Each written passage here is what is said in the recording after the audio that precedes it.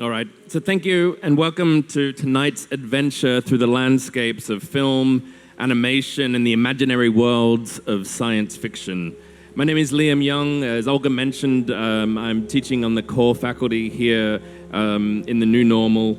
And in this program at Strelka, we've spent the last 3 years scratching at the surface of the strange new realities that the planetary scale technologies that we fill our world with have set in motion.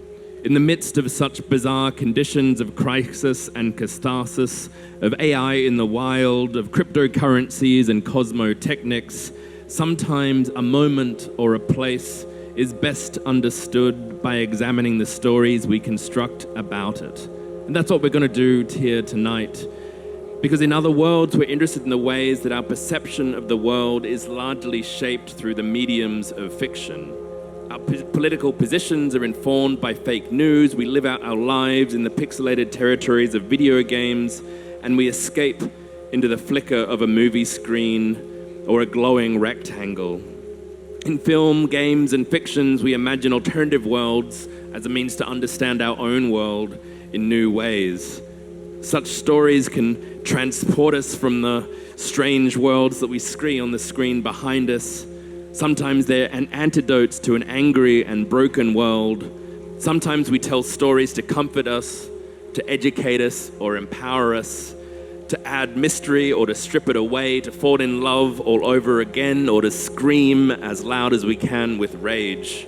We craft tales of otherness because perhaps in the new normal, such madness is the only way of staying sane. So our journey in other worlds has been organized across 2 evenings.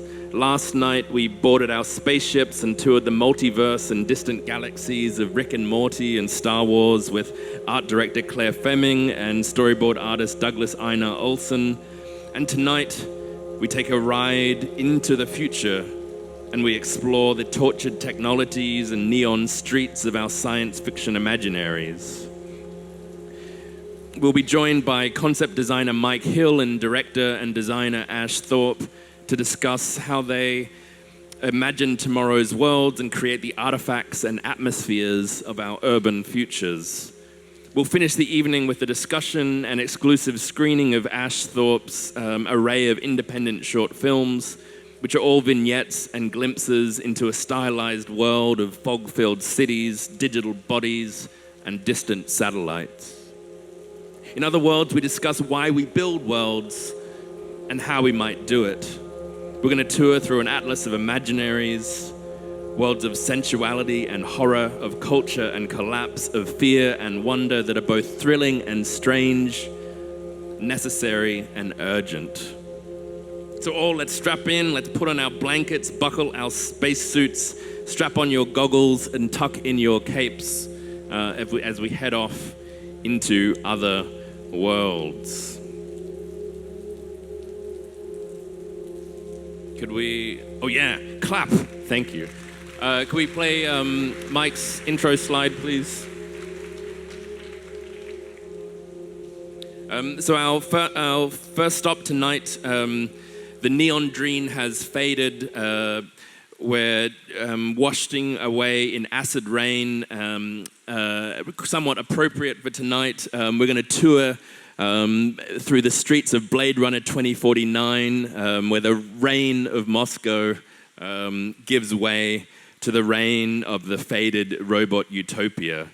Mike Hill is a concept artist who has worked on world builds for films such as Blade Runner 2049, the TV show Love, Death and Robots, the forthcoming film Dune, and games such as Call of Duty Infinite Warfare. Mike tells stories with objects, places, and characters, conjuring futures and vicious tomorrows. Mike is going to take us to contact alien universes and back again, and we'll examine how metaphor is often our co-pilot on journeys through the imagination. Let's all welcome Mike to the stage. Appreciate it.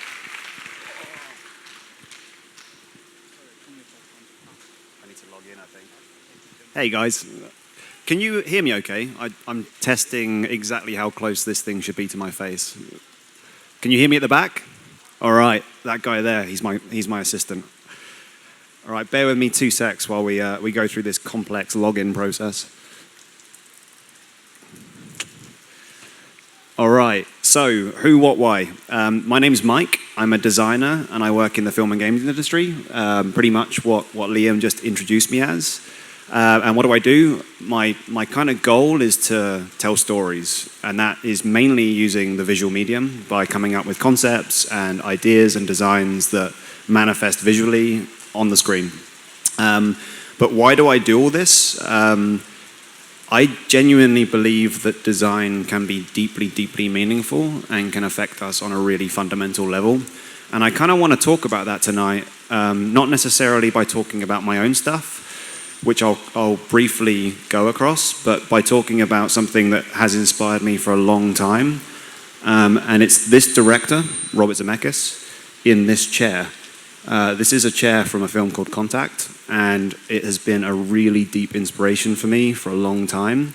And I want to kind of talk about it tonight and explain just how the ideas of Contact and this director kind of fed into what is a really amazing, fucking amazing scene in his, probably, in my opinion, his best movie.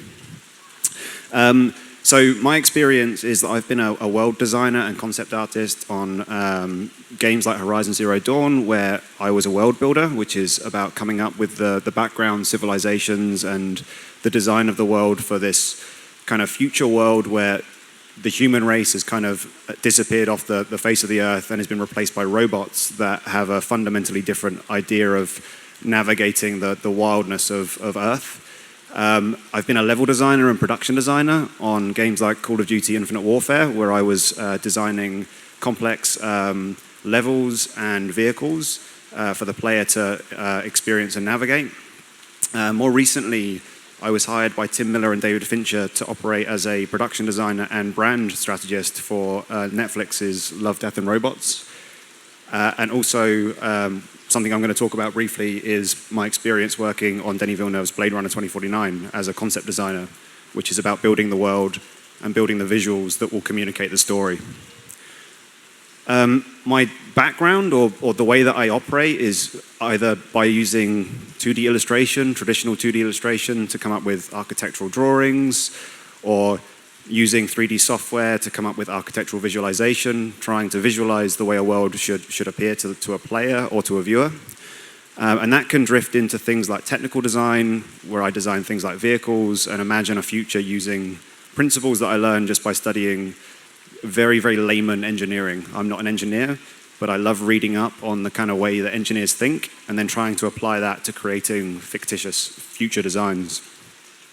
And it can range from coming up with kind of advanced complex spaces like aircraft carrier hangar bays of the future, but it can also come back to really, really kind of more small stuff where it's crafting kind of wooden sculptured staircases for games like Horizon Zero Dawn.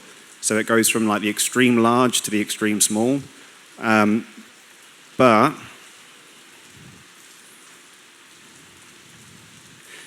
more recently, I was hired to help Denis Villeneuve and production designer Dennis Gassner develop the world of Blade Runner 2049, which was, it involved a whole bunch of different disciplines, from animation through to prop design, set design, and it was about kind of trying to help these guys visualize this world in a way that would deliver the story. And that involved a whole range of kind of design challenges, like designing the apartment of Ryan Gosling's character Kay, which involved like visualizing the inner spaces as well as coming up with animations. So we might have some technical problems here. Bear with me 1 second. I'm going to be the pilot. Dasha, who is up in that window somewhere, is going to be the co-pilot. She's actually going to be the one handling the laptop and flicking between softwares and pressing the next page. This might work, it might not. But on the bright side, this is going to add a whole element of excitement to this presentation. All right, here we go. So these are designs from Blade Runner. I did a bunch of stuff ranging from environments, sets, to props, to animations, to VFX. And then, Dasha, if we could cut to the video, that would be awesome. All right, we're in. So, designed Ryan Gosling's apartment, designing the actual inner space, the kitchen. That involved coming up with like animations and coming up with descriptions of how stuff should behave and how stuff should work, including props like this, which is a prop for Dr. Anna Stelline, which is a complex device that helps her create memories. And if we could press N on the keyboard, that would be the video software, please. Yes, N. This is an example. Right. I can't really tell you this what is this the final is, prop. but this is a device that's used, and it's completely analog. Every ring moves basically by touching any button, and basically they move at different speeds, and the speed is controlled by a little button over here. So it actually looks like a little bit like a focus puller's instrument. It does. But when it's moving and operated properly, it's sort of like conducting a little bit of a symphony. Because you can slow things down, make little tweaks, and then you can speed it up and when you want certain things. But this is an interactive device within the movie that, again, I can't tell you much about at this point. So my job is to come up with the designs and visualize them and animate them and describe the behavior of them so that a director like Denis Villeneuve can basically say whether it performs in his story or not. That particular prop was actually created for real. So inside of it was a bunch of servos that were engineered by a guy from General Dynamics who makes, he literally is an aeronautics engineer. So the actual prop itself was made to work so that the actress could actually interact with it and play the symphony, as it were, while she's creating these memories. And I'm just going to ask if we can go back to the video and press N. I'm just going to show the final scene. They say you're the best memory maker there is. Well, then they're kind. I love birthday parties. You work for Wallace. Subcontract. I'm one of his suppliers. He offered to buy me out, but I take my freedom where I can find it. Why are you so good? What makes your memories so authentic? Well, there's a bit of every artist in their work. And if we can cut back to the InDesign file, and let's see if this magical wand does something. Oh, yes. Was that you, Dasha? It's a one-way communication at this point. All right. No, I heard her say. All right, excellent. So the main thing that I'm really pleased about from working on Blade Runner is that from designing the main character's apartment, I can now honestly say that Ryan Gosling has had coffee in my kitchen, he's been naked in my shower, and he's had a really kinky threesome in my living room. So what I'm actually going to talk about now is none of my work, because I really want to talk about something that's inspired me for a long time, and it's something that's been guiding my process as I develop as a designer. And it's kind of finding interest in the way that the human mind, is primarily subconscious and how it actually is responding to subconscious ideas. And to get that idea across, I actually just want to show a clip from one of my heroes, which is Christopher Nolan, acknowledging that the key for him understanding how to make great stories was understanding that actually the subconscious is the key to that process. So if we can cut back to the video player, please. In studying English literature and talking a lot about it, I started to become more at ease with the idea that filmmakers, storytellers, they grasp evocative symbols, they grasp resonant imagery, and the reason these things are evocative and resonant is that they do have other layers, subconscious layers of resonance that the reader, or in the case of film, the filmgoer, can pick up on and interpret in their own way, and that is a valid approach. And that was something in retrospect, I very much needed to learn and get on board with. So this is one of the most important directors in Hollywood, expressing that the key to making great stories was understanding the importance of the subconscious.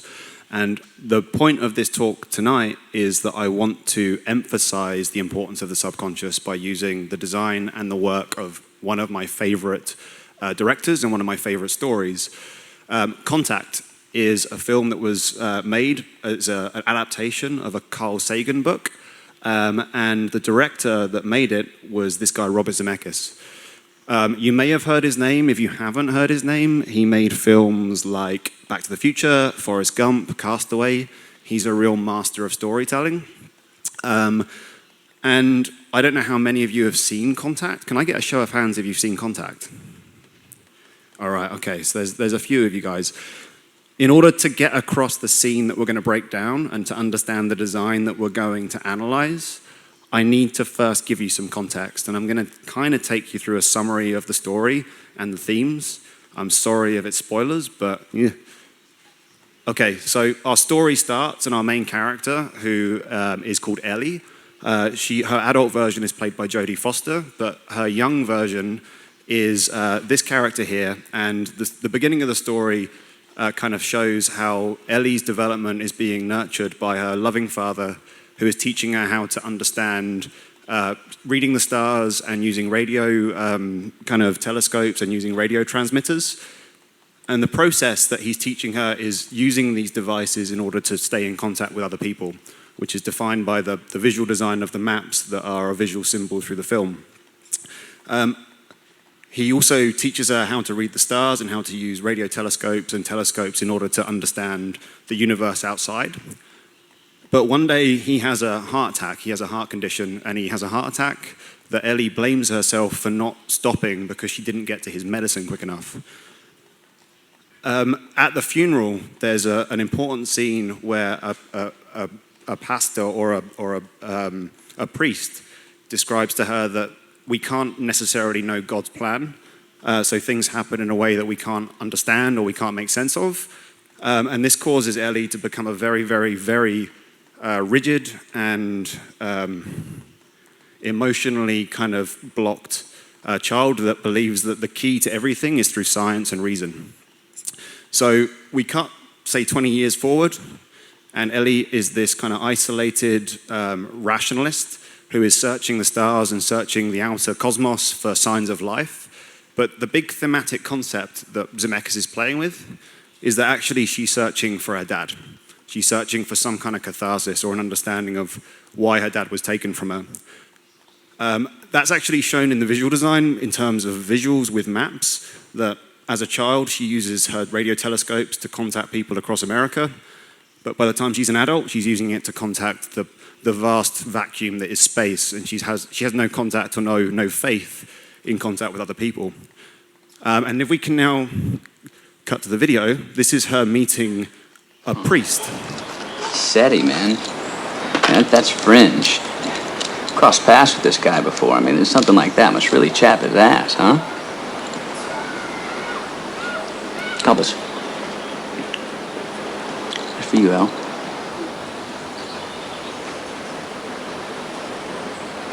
You better keep this. Might save your life someday.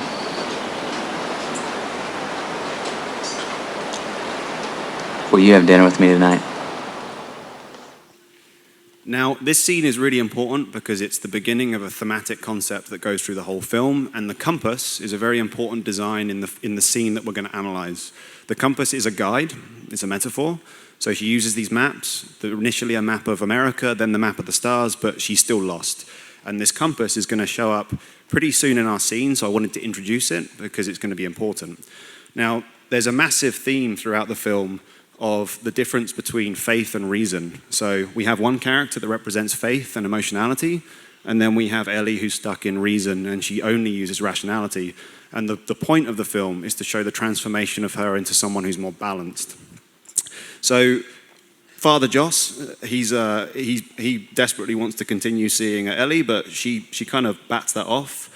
And then we cut to another couple of years forward, and while she's searching the heavens for some kind of sign of life from distant universes, she receives a signal.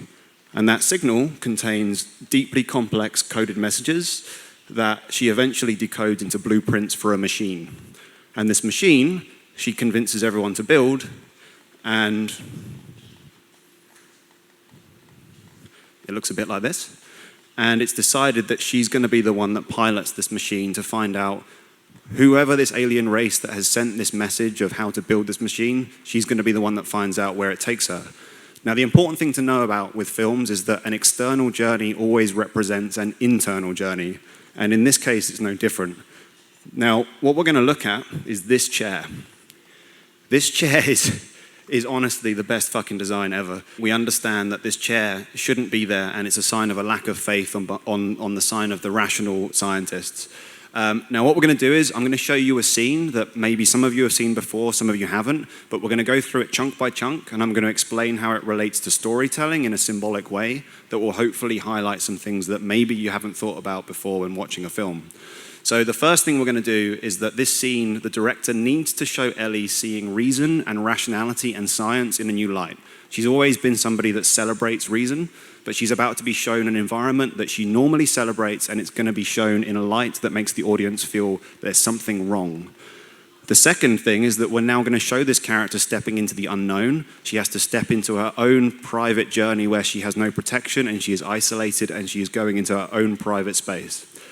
And the third is going to be a leap of faith where Ellie has to make a radical transformation of her views, and there needs to be a symbolic and ritualistic leap in which there is going to be a death and rebirth. Now, death and rebirth is a very important component of storytelling. It's the idea that you cannot demonstrate or show personal transformation unless you show somebody symbolically dying and then being reborn. So she's walking towards this chair along a passageway, and she's flanked by two scientists, two assistants. Now, a journey towards a chair that will take you into outer space should look something like this, and we have a lot of those visual identity components inside of that hallway. But this is a death and rebirth scene, so the director is trying to suggest that she's about to be executed, which is why it looks more like this. Now, the symbolic reason of this journey is for her to have a death and rebirth, so the director is putting in the subconscious idea that she's about to be executed. Now, if you look at the costume, and this is not a theory, this has been confirmed by Robert Zemeckis and the costume team, if you look at this outfit here, it's not exactly the normal NASA gear that you would expect for a space journey. And that's because the association of Joan of Arc has been built into it. That she is a martyr, she's going on a journey to discover new ideas, and this is going to put her in risk of dying, because martyrs die for their belief and their faith in something outside of the norm. So the next step is to have her remove herself from being supported by civilization at large, and she now needs to take a step into the unknown, and let's see how Robert Zemeckis shows that symbolically and metaphorically. If you look at this scene, we have this singular character walking across this gap, and the two assistants don't follow her, which could be coincidental, but it could be that Robert Zemeckis is trying to implant an idea in your mind unconsciously, and that mind would be walking the plank. Now, this character is leaving civilization behind to go on a journey where she is going to die and be reborn as something new. And the idea of the nautical theme of being kicked off of a boat is very, very naturally adaptable to this situation. At the same time, if she's walking across a plank and looking down at these spinning rings, some of the associations are guillotines and circling sharks. She's looking down at something that is extremely threatening to her, and she's extremely scared. Now, theatricality is about building in the idea that we are experiencing what the character is experiencing. And what Zemeckis is doing is building in concepts that make us feel that, even though we're not aware of it. We get our first look at this chair, and a chair that's designed for somebody to go into space doesn't need to look like this. The reason it looks like this is because he's building the association of an electric chair, because this is her symbolic execution. At the same time, you see her get plugged in, and also the container in which she is kept, and there's multiple themes happening here, including the eyeball, but I won't go into that, but it's synonymous with a gas chamber. So what Zemeckis is doing is layering metaphor upon metaphor that operates on a subconscious level. These guys are scientists. Now, scientists generally wear white kind of clothing. They don't wear helmets. So it begs the question, why did Zemeckis put these guys into this specific design of outfit? Well, he wants to gain the association of something that's dangerous.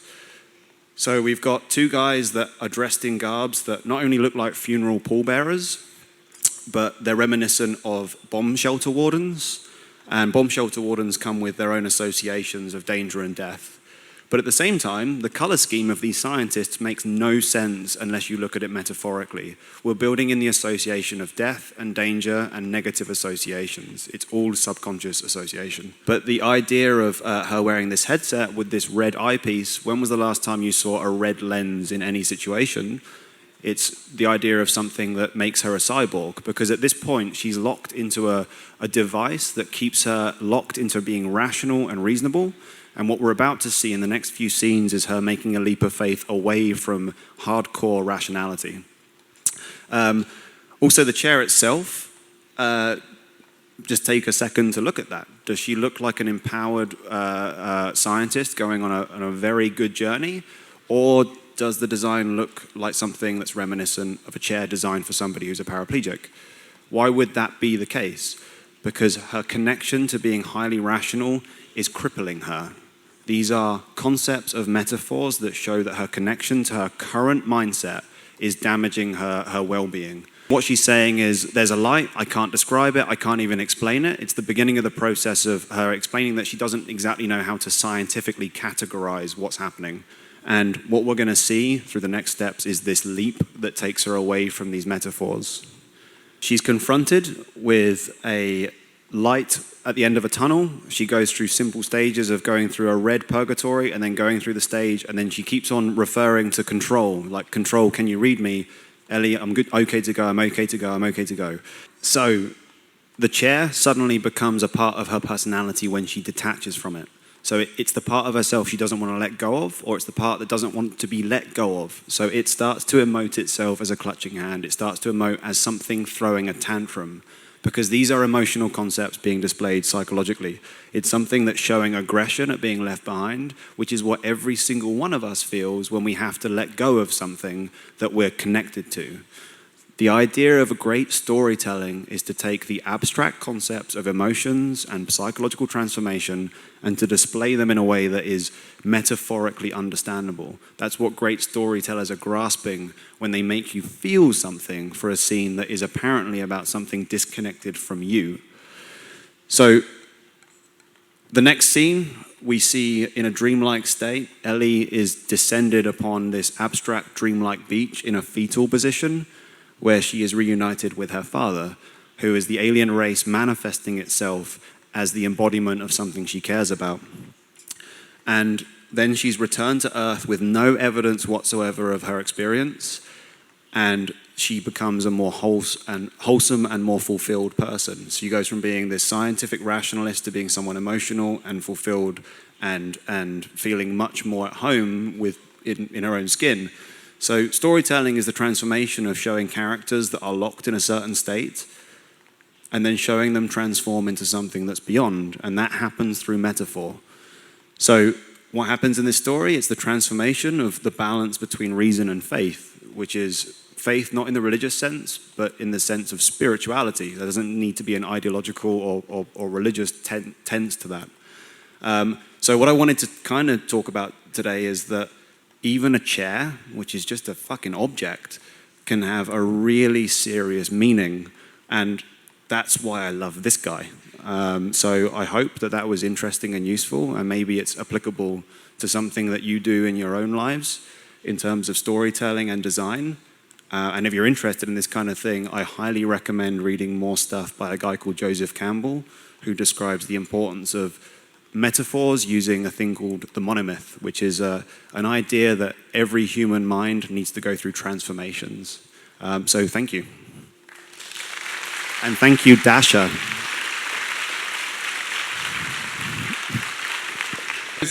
Let's give a big round of applause again to Mike and Ash for an extraordinarily generous set of talks.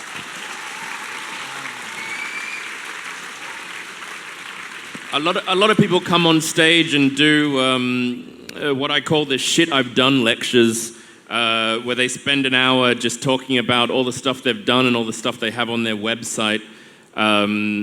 These guys were exceptionally generous in talking through the principles of their practice and how they work, and talking about the larger kind of meta-narratives around the production of the things that inspire them, and how they actually go behind the scenes and really make their stuff.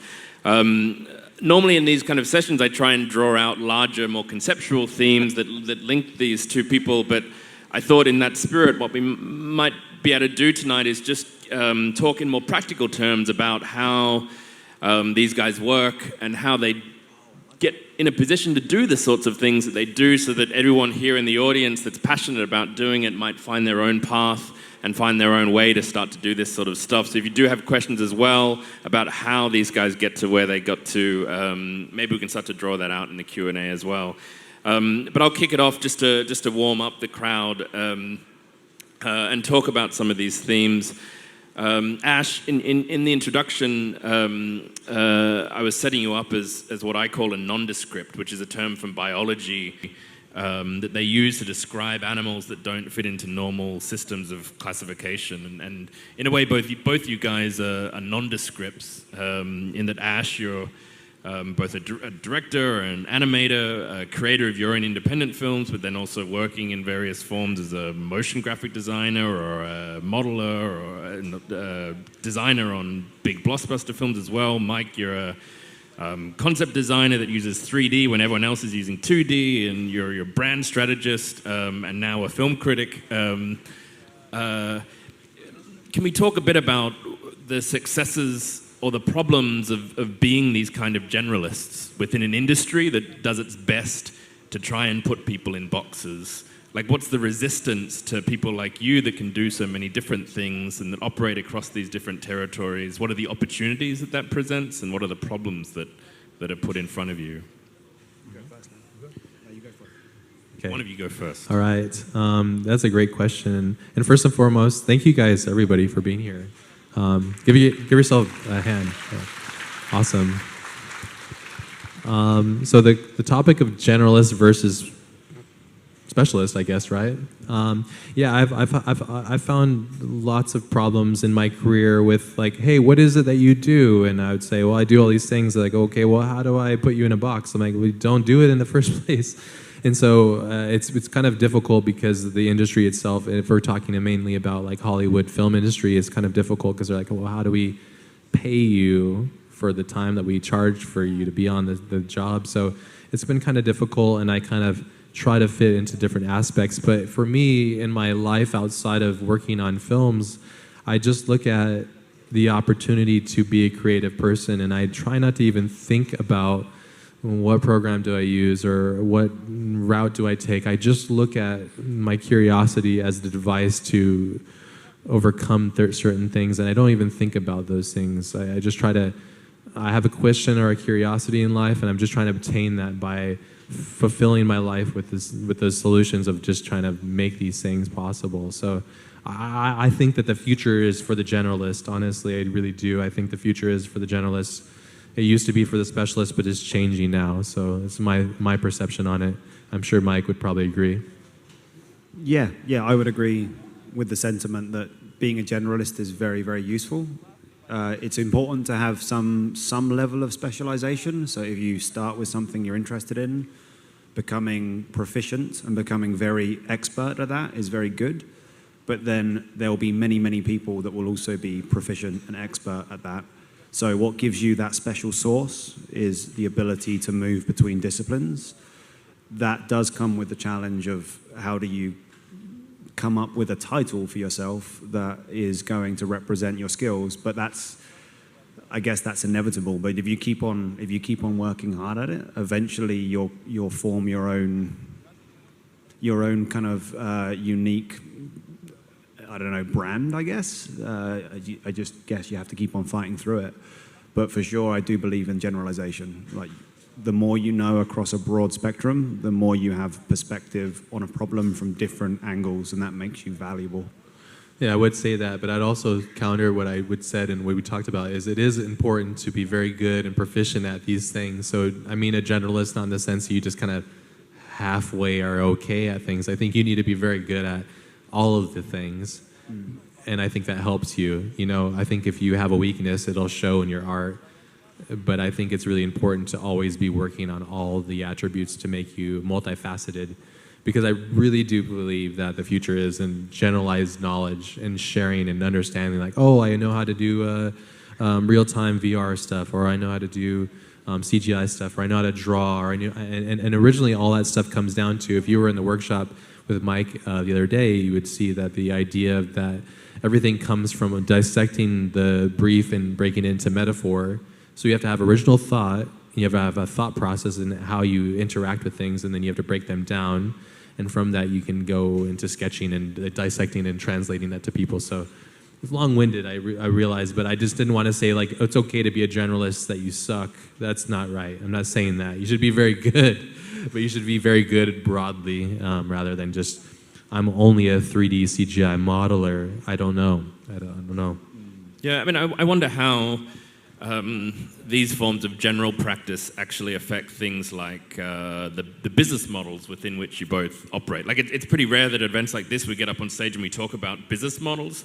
I mean, you kind of started it by doing slides of Excel spreadsheets or Google Docs and stuff, Yeah. but we can keep it going, because I think that actually a conversation around these kind of models of practice is an extraordinarily radical one, even more radical than showing some cool film or animation, because it speaks at the very heart of how we put ourselves in positions to make that type of work, right? Like, I mean, yes, you work on big Hollywood blockbuster films, but the stuff that we all know you for is the independent stuff that you do with your friends on no budget or your own out of your own pocket, and that you launch online, not through any kind of platform, not by hustling for Netflix.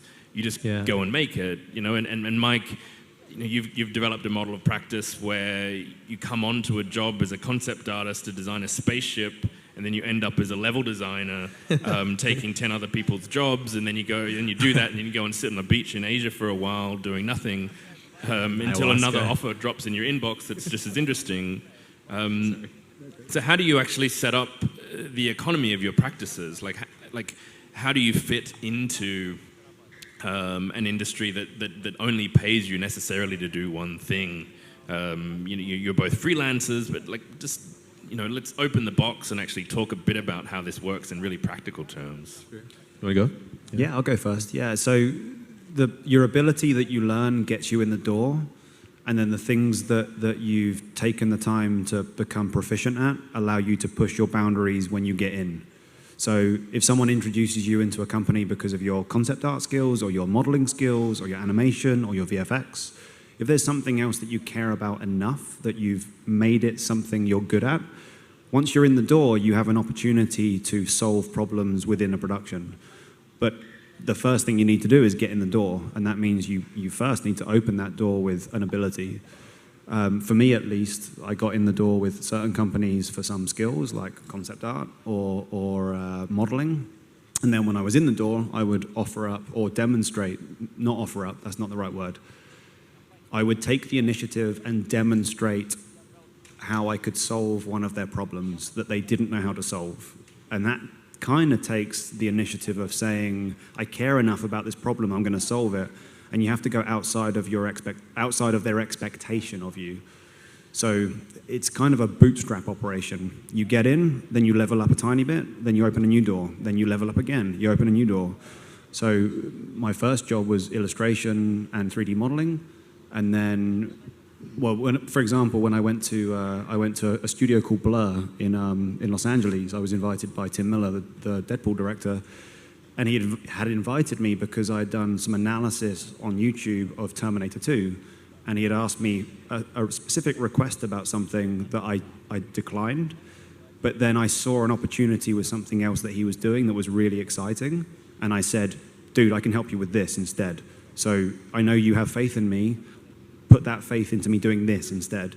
And because of that faith of demonstration, he put that faith, and then I managed to move into a new area. So it's kind of you need to gain the trust to move into each new tiny progression in your career. That's great that you bring up trust, because ultimately we're just communicating ourselves to one another, and when you first start off something, you need to have that trust with your client or your collaborators, and it's so important to have that ability to have that trust in your, not only with them, but first and foremost with yourself. And so being able to know that you can trust yourself to deliver the goods, if not, 90%, but at least 100% when it's delivered and due. We have different styles of life too. I'm a family guy. I live at home. I work from home. My wife is my producer. But you are a nomad, and you kind of, so it's proof that it works. When I think it comes down to the mind state, if anything, you have to be first curious. You have to be self-critical, because that's where the growth comes. And I think that you have to be willing. You have to have a good work ethic, I think, because you have to. I often will just work until it's done. And I know that's unhealthy, but that's really important to have that work ethic, because if I don't deliver the goods on time, then I'm not taken seriously, and then my trust breaks. But there's a reason why you do what you do, and at the level that you do, because you're self-critical and you're willing to put forth the effort to do it. But the reason why I bring up that he's more nomadic in comparison is that it works for all dynamics of lifestyle, I think. Single man, he's single, ladies, and a single man traveling the world, and then a married man who's traveling and working from home. So it doesn't matter. I think it all works together as long as you have those attributes if you're curious and yourself. And I think going with that, the fact that everyone's different, everyone here is going to feel moments where they are extremely critical of what they do. I'm sure that everyone at some point in this room does something and then thinks, fuck, this is shit, I am shit, everything's awful, I should stop. I can tell you that's not an unhealthy response, because that's the kind of response you need to motivate yourself to move forward. So I wouldn't necessarily criticize that response. What you do need to do is balance that with the occasional self-congratulation of, oh fuck, well I leveled up. I just did something new that frankly was difficult for me yesterday, and today it's something that I've mastered. It's like, what's that quote? Don't measure yourself against other people, measure yourself against who you were yesterday. Yeah. If you keep improving incrementally, it's okay to be critical, but you want to balance that out, with the occasional, yeah, I did good, does that make sense? Yeah. Yeah, and I mean, I'm intrigued that it took us like Strelka to get all three of us on stage, but essentially for the most part, most of us are based in California, and it's a testament that the way that you guys work, that you avoid meetings in LA for the most part. Like, your business isn't done in the lobby of the Chateau Marmont. We're in a really interesting moment right now where the technologies that you guys use to make your work is now extraordinarily democratized. Like the idea that you could do a tribute act to Star Wars from your office the size of this stage in the mountains between LA and San Diego would have been nuts just a few years ago. And now, like you said, we can sit and watch YouTube tutorials of Cinema 4D, and as long as we've got enough time and talent, we can crunch this stuff out on a desktop, not with a multi-million-dollar budget and a silicon graphics rendering engine. So we're at a really exciting time where all of these different forms of practice, all of the different kind of setups and lifestyles that you're talking about can actually produce work and art that sits at a level of massive Hollywood productions. And that, for me, is a really exciting time, because it means that we can make different kinds of stories, not just the stories that are domains of blockbusters, but weird, abstract visual experiments into what it means to be human. And maybe you can talk a bit about that, about the democratization of the tools and the way that even in Russia, it's an extraordinary context where there's a huge range of concept artists and concept designers making incredible work. They don't need to be in LA to do it. And that it's the tools that kind of have empowered people to do that, right? I think it all comes down to how bad do you want it. It doesn't matter your location or your gender or where you come from. I grew up very poor, like single mom. I could have had every excuse in my life to fail, and I just chose not to. So I think it's really important to just look at your dreams, your aspirations, aim big, and not look at, I need to be at this location at this time. That I think for me, it's all about manifesting your reality. You shift. Steve Jobs would call it the reality distortion field. You shift your reality to bend to your will and your ambitions, and I'm 1,000% on that. So whether you're living in Moscow as an artist or you're in LA, I don't see there as being a big difference. To be personally, having worked in the industry for as long as I have, I've avoided the LA system my entire career because I don't like that system. I just feel like you can do what you want based on your own ambitions. It might take you longer, it might be harder, but at least you're earning it. I look at life as like a wall that you're building, and every brick that you put on there is an experience. And I would think it would be bad of life to not put that wall together, you know? It never added up to me. I feel, maybe that just comes from my work class mentality, but I believe in hard work and earning your day and spending your time towards a goal that makes sense. Because, I mean, there's nothing more fulfilling than working hard towards a goal and achieving it. For me, at least, I live for that. It's not the end goal, it's the day that you do the work and the people that you surround yourself with that adds up to the greater sum, and for me, that's important. So, a long rant, I'm sorry, but I believe that it doesn't matter, and it's up to you to have the ambition to go further beyond and not use a simple excuse that I don't live in LA, so I can't make it. Build a film industry here. Do it in your office. Who cares? Doesn't matter. Yeah. Power to the people. I agree with that. And I also think that there's cycles that happen, and right now, for example, the product that Hollywood is most famous for, they seem to me at least to have reached a kind of saturation point. I mean, we have every month or every couple of weeks, it seems, there's a new blockbuster tentpole movie. It's usually a remix too. And it's usually a remake, and I think there's franchise fatigue, and actually the world is looking for new inputs. The world is looking for new interpretations. And when I go on ArtStation, for example, I don't know if any of you guys are familiar with ArtStation. I guess there's a mixed bag here. ArtStation is kind of like can you raise your hand if you know what ArtStation is? Yeah, I mean, there's a fair amount. It's a huge site. So it's a huge website where people post their artworks, their production work, their personal, their professional, and it's kind of like everything's there. But the people that stand up, like stand up above everything else is when they come up with something kind of idiosyncratic and unique. And I think that the more you think outside of the conventions, the more you take inspiration from stuff that's not mainstream, the more you have a chance of grabbing attention. Because right now there's franchise fatigue, there's fatigue of, I personally think that the Avengers, as successful as it is, it's been going for a long time, and now there's going to be new blood coming through, and people that have new interpretations will be most valuable. It's up to us to create that. We're the creators of the future, so why not take that and make it happen?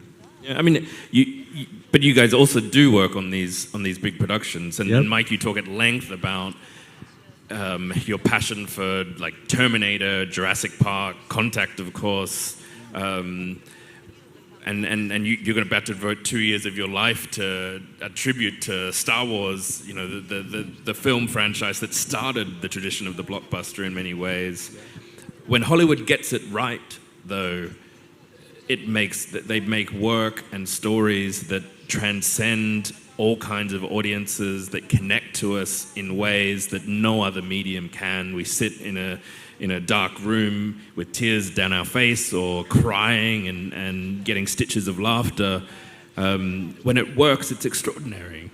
Why does it so often suck, though? Why does Hollywood so often get it wrong? I'll start with this one. And what can they do? What can they do? Here we go. What can they do? What can they do better then? Well, the main thing is that what Hollywood is based upon now is a model of marketing, creating quantitative measurements of what is successful. So, for example, the original Jurassic Park had 950 shots total.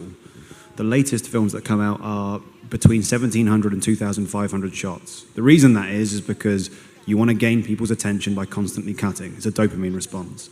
But it's a false indicator of what is good. It's quantitative, it's not qualitative. Marketing keeps on pushing the production of films towards what's measurable, and that means more VFX, more shots, more dopamine, more whatever keeps people glued to the screen, but it's maxing people out. It's basically making people overwhelmed with stimulus. The important thing that's being lost is that the things that stimulate these reboots is the original films. And the original films, if you look at them qualitatively, if you look at what makes them work through metaphor and what works through the context of story structure and through mythology and psychology, then you quickly realize that none of that quantitative shit means anything. It means jack shit. In fact, it has an inverse correlation to what makes something good. In simple terms, we need to start rediscovering the fundamentals of storytelling, and that means going back to mythology, to psychology, to Joseph Campbell, to the monomyth. That's the reason that these repetitive films don't hit anyone, is because they're being measured on quantitative things that you can measure that don't mean anything. Does that make sense? Yeah.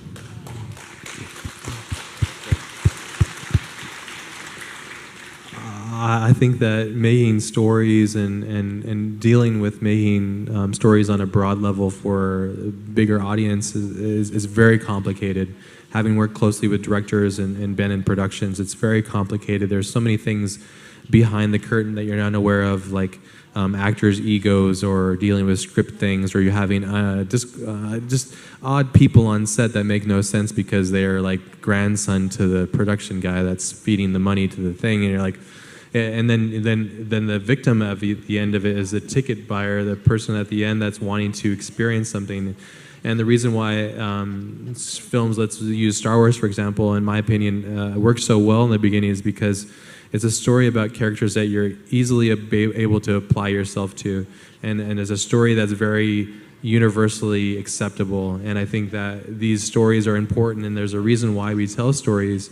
And I think that movies, in my mind, nowadays are like, as you mentioned, they're more or less like a mathematical equation of, well, we'll get a lot of likes if we show somebody getting punched in the face 22 times rather than 24 times. And I don't think that adds to the experience of moviegoers. I think that maybe works for like 12-year-old boys playing Call of Duty, or I don't know what that is. But for the general population as a culture to move people forward, we need to have characters that have resonance, characters that develop, characters that we can live with, characters that we can apply ourselves to, and only until we have that and we really use characters and stories to elevate the art form are we going to have the experience that we all really want, which is basically the experience of life, survival, becoming human, living the life that we have, the struggle and the advancement of being a human. And I think that's really what we want ultimately in stories, and I think that's what we're really not getting in the stories that we have more or less in mainstream cinema. There's a lot of great films out, but there's a lot of redundancy and things that I think are just not registering with us. So I could be alone, but yeah, that's how I feel. I just feel like, yeah, it could be better. Yeah. We're going to take a quick chance before we shut off the live feed and start to play Ash's films, just to open up the conversation to you guys who've been sitting in the freezing cold and the pouring rain for the last couple of hours. Thank you. Is there anyone that has any questions for either Ash or Mike? There's a microphone that's going to come around just so you're legible to everyone and the live feed. And raise your hand, I guess? Is that the way to? That's what they're doing. Please feel free to ask your question in Russian. Like I said, we're in Russia. We happen to be speaking English, but we have amazing technology that's gonna, like a Babel fish, translate this for us. Go for it. Что вы думаете об использовании?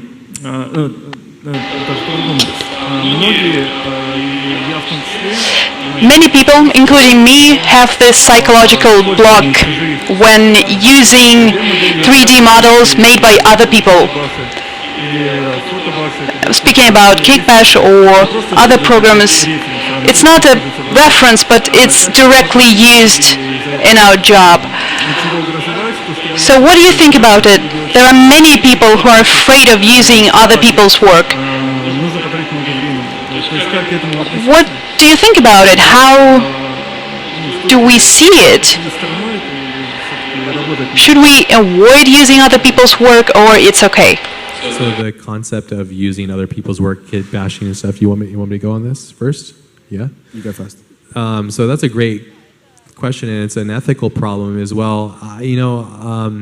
So I guess I can go talk about the topic of doing Star Wars stuff because that's what I'm focusing on. So when I studied Star Wars, I'm studying it as if it's my master's degree. I'm focusing on it 100%. So as I understand Star Wars is they would take Ralph McQuarrie's drawing or Joe Johnston's drawings and they would have basic silhouettes, but they would take these this is where kind of the term came from, is you take modeling kits and you would take bits and pieces and you would add all these finite details and that would kind of look good cinematically on the screen. Nowadays, I use kit bashing techniques because I'm trying to mimic or use the same techniques that came from when I was growing up, the things that I love. I'm not so worried, and I think it's almost we're in this phase with CGI where it was kind of the phase with 3D, or I mean with 2D and Photoshop, is people be like, if you're going to use Photoshop, you need to paint every pixel, and this is a bunch of bullshit. And now the kit bashing worked, and it was like the direct opposite. And then now the art is right in the center. I think everything's in the center. So I think it's the same thing where CGI, if somebody makes a kit of models and they sell it to you and you buy it, well, why wouldn't you use it? You know, if it helps your art be effective, then in my mind, why not? It's there to use. You shouldn't feel bad about it. But if you steal it, then yeah, it's a problem. Or if you're taking something and you're not changing it enough, then you're not adding to the pot of creativity worldwide. So that's an ethical issue. But for myself, I try to change it as much as I can, or elevate it in some kind of capacity so that it becomes something new. That's my take on it, though. What's your take on kit bashing? I think that the key thing is that it's always good to get inspiration and also to utilize the things that you take value in your work. But you want to have a multitude of inspirations so that you instead of leaning on imitation, you're creating something through bending, breaking, and blending. And if you only have one set of kit bash utensils, then you're not bending, breaking, or blending. You're just repeating. So I think the key is that if you're going to be utilizing kit bash stuff, you want to be using it as a small component. I think there's a quote in Inception to do with when Dom is talking to Ariadne about creating dreams. He actually quotes. He's like, never create whole memories. Use small components, but never recreate the entire scene. Take bits from your experience and place them in, but never make them a major component. And I think that's the main thing, is break the things that inspire you and mix them up until they're no longer recognizable. And then you've made something new. Because that's all creativity is. Like all we're ever doing is taking inspiration and either breaking it or bending it or blending it with something other than what the original inspiration was. You cannot create something new. It's metaphysically not possible. No one creates new stuff. They just reimagine and recycle and reinvent. So just don't make your inspiration too visible. That sounds like a cheapskate, hide it. But that's it. Hide your inspiration. Yeah. Cool. Yeah, there's a question back there. Yeah. You guys are awesome. Thank you. Good evening. Thank you very much for visiting us here in Russia. So, in the 90s, we had this film about Rabbit Roger, animated film. Well, no one actually paid attention to this film except for experts in this field. But the thing is that they had light put both on the animated figure and on the actor as well. So my question is,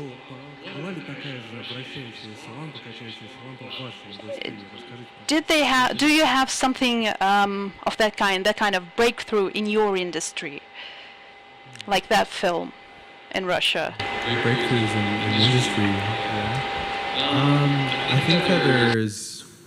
I think we're on the cusp of having real-time rendering inside of virtual spaces, so I think that's coming.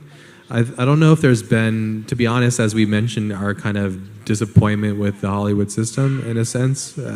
We shouldn't be so cruel because we do work on these projects, but I'm trying to think of like a an aha moment. I think in regards to technology, I can't really think of something that's been as revolutionary since like Blade Runner era, I guess. I don't know, or matte painting. So I can't think of something, to be honest. But I think we're on the cusp of creating narrative that's more guided by the viewer itself. So like Black Mirror has the episode, which I don't think is revolutionary in the sense of that you mentioned. I believe that the art form as filmmaking had stages of pure growth, but I think right now we're all reaping the harvest of people that were braver and smarter and stronger than us, building the art form in which we build what we currently have today.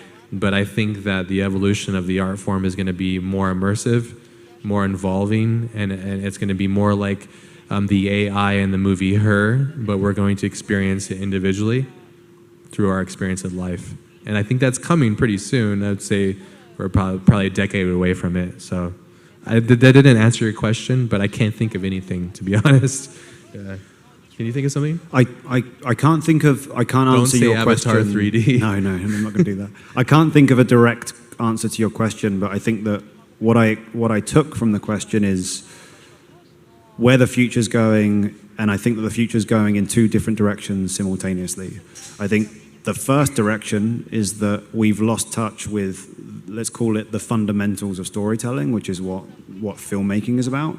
And then there's another direction, which is how do we handle VR and augmented reality.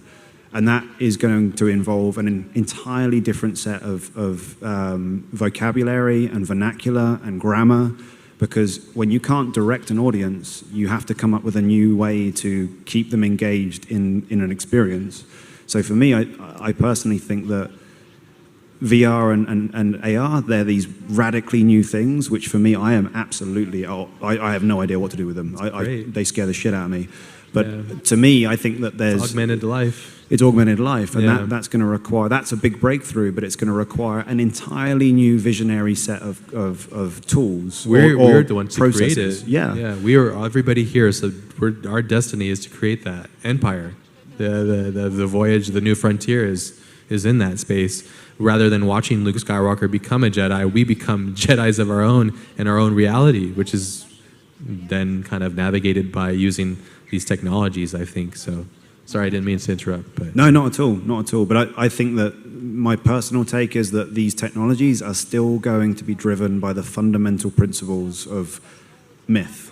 That sounds weird. We're not going to be able to direct attention, but the breakthrough will be in storytelling techniques. Yeah. But without the ability to direct the audience's attention like you do on a film screen. Yeah, it'll be an evolved experience. Being Luke Skywalker, like you say, or being Leia. I mean, that's a very primitive thing, but like my example comes from the movie Her, really. And that movie is so influential in the sense that it's AI that takes a broken person and turns them to whole by using artificial intelligence. So, yeah, it's going to happen. It's really great. Because all we want to have is a good life and to be fulfilled and to be heard and loved. It's the fundamentals of life. So. Давайте последний вопрос. And the last question, please. Hi, thank you very much. It was really great. And the question is as follows. Everybody knows thoughts rule the world. What were the great inspirations, some new paradigms that influenced you, maybe in literature, I don't know, maybe in art? What influenced you? What was that kick that made you create? So main inspirations that made us who we are as creatives today. You want to go? Okay. Well, I think my influences come pretty clear because of all my tributes to things. But a lot of my inspirations, I think they come from a nostalgic, psychological connection to my childhood. as a child, it's kind of what I say in my reel. As a child, I would sit and wander, and it was all about being a wandering child without limitations as a human, as an adult, basically. So films like Ghost in the Shell or Akira would really strike me. Blade Runner, Star Wars, all these things. So I'm looking back to my childhood as an inspiration as to when I would receive things very raw and honestly. So a lot of my inspirations actually come from my childhood and how I perceived art around me from those things. As an adult, I process them so differently because I analyze them with like a critical mind as to like, well, how is it made, and breaking down the science, and it kind of removes the magic behind, like, you know, when you lift the curtain and you see the Wizard of Oz, you kind of, oh, okay, well, all right. So, but my main inspirations actually come from the influential films and the things that I interacted with as a child. And I'm constantly, all my life, I'm just trying to get back to that childlike self, which is just joy and fulfillment of just being creative at all possible times. So, yeah. I think when I was younger, one of my main things that I got really excited about and rewatched many times was Back to the Future. But when I watch it today, I can't enjoy it for the simple fact that it was designed for the specific period of my life. And I think that one of the big measurements of what inspires people is when you can watch it as a child, as a teenager, as an adult, as a grandparent. And for me, the ultimate inspiring films, I'm not a grandparent or a parent, but the films that survive from when I was 6 to when I was 16 to when I was 26 to now, those are my inspirations. And those are the stories like Star Wars or Terminator 2, which is one of my big favorites, Jurassic Park. So for me, the most inspirational films are the stories that don't stick to an age limit. That for me is that is the ultimate high art. If you can make a film like Spielberg does, where you can appease artistically a 5-year-old and a 70-year-old, you're a fucking god. Like, yeah. Yeah. Agreed. We're going to begin our little changeover to the sun is set enough that the luminosity of the screen is appropriate for Ash's films. While we shift the chairs around, if you do have more questions for these guys, then do run and come up. I have to use the restroom. I'll be right back. But too much beer. Don't go anywhere, because we're continuing this conversation just in a different part of this space, and we're going to project up on the screen. We're going to say goodbye to the people on the live stream. Please stick around. We've got another kind of 40 minutes or so left where we go through all these films. And hopefully you'll see a lot of the themes and the discussions that we're having here being kind of unpacked a little further and put up on the screen. Because both of these guys are extraordinary storytellers, and I think just following on from where you guys just left off, like the reason why I like to run these kind of events, and the reason I do it in a place like this, an architecture, urban, and design institute, is because in a way we're all kind of storytellers. And I'm a firm believer in the power of fiction as a real form of engaging with a world that's so strange and bizarre and screwed up that oftentimes these forms of practice and storytelling and fictions are the only way to struggle and to wrestle with a reality that's too weird to grasp. So really these events are a call to arms to try and get all of you to continue and to start making these kinds of stories. And it's a real pleasure to share the stage and to share the evening with two proponents of this model of using fiction as an extraordinary way to engage with the world and as a vessel within which to encode critical ideas. So hopefully all of you here and at home watching the live stream can take up that mantle and start making stuff, and as Ash says, to be prolific. So think about that as we change over and we jump up on the screen. And thanks for coming again. Thanks, guys. Thank you so much. Thank you.